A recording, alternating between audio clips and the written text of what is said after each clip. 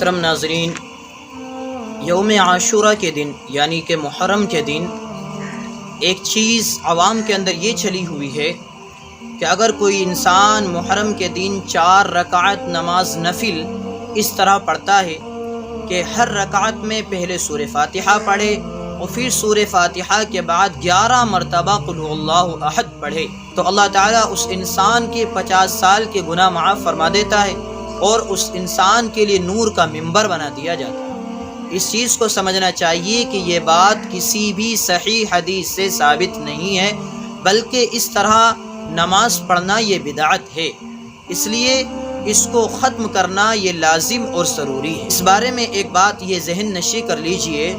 کہ 10 محرم کے دن کوئی بھی خاص عبادت، چاہے ذکر کے طور پر ہو، چاہے تسبیح کے طور پر ہو، چاہے نفل نماز کے طور پر ہو، یہ کوئی بھی چیز اللہ کے نبی علیہ السلام سے ثابت نہیں ہے، اس لیے کہ آپ صلی اللہ علیہ وسلم نے یا حضرات صحابہ نے کوئی بھی ایسا عمل خاص طور پر 10 محرم کو نہیں کیا ہے کہ جس کے اندر اس طرح کی روایات ملتی ہوں۔ لہذا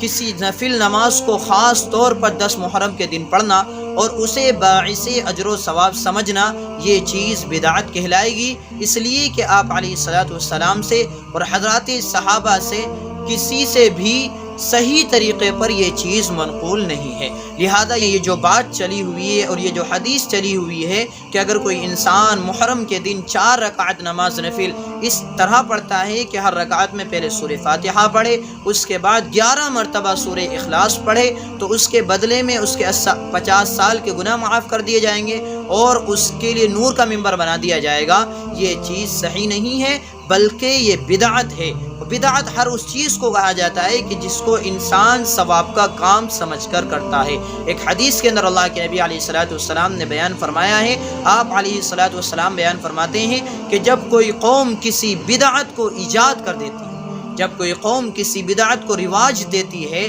تو اللہ تعالیٰ اسی کے مثل ایک سنت کو اٹھا لیتا ہے۔ کہ جب کوئی قوم کسی بدعت کو رواج دیتی ہے تو اللہ تعالیٰ اسی کی جیسی ایک سنت کو اٹھا لیتا ہے، اس لیے کسی سنت پر عمل کرنا یہ بدعت کو ایجاد کرنے سے بہتر ہے۔ لہذا مسلمانوں کو چاہیے کہ وہ محرم کے دن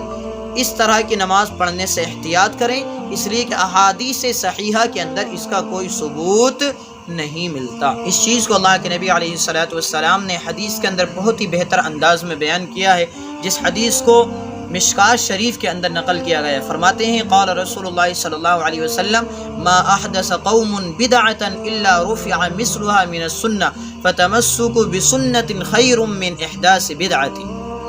کہ جب کوئی قوم کسی بدعت کو ایجاد کر لیتی ہے، رواج دے دیتی ہے، تو پھر اللہ تعالیٰ اسی کے مثل ایک سنت کو اٹھا لیتا ہے۔ لہذا کسی سنت پر عمل کرنا یہ کسی بدعت کے ایجاد کرنے سے بہتر ہے۔ لہذا مسلمانوں کو محرم کے دن اس طرح کی نفل نماز پڑھنے سے احتیاط کرنا چاہیے اور انہیں سنت طریقے پر عمل کرنے کی کوشش کرنی چاہیے۔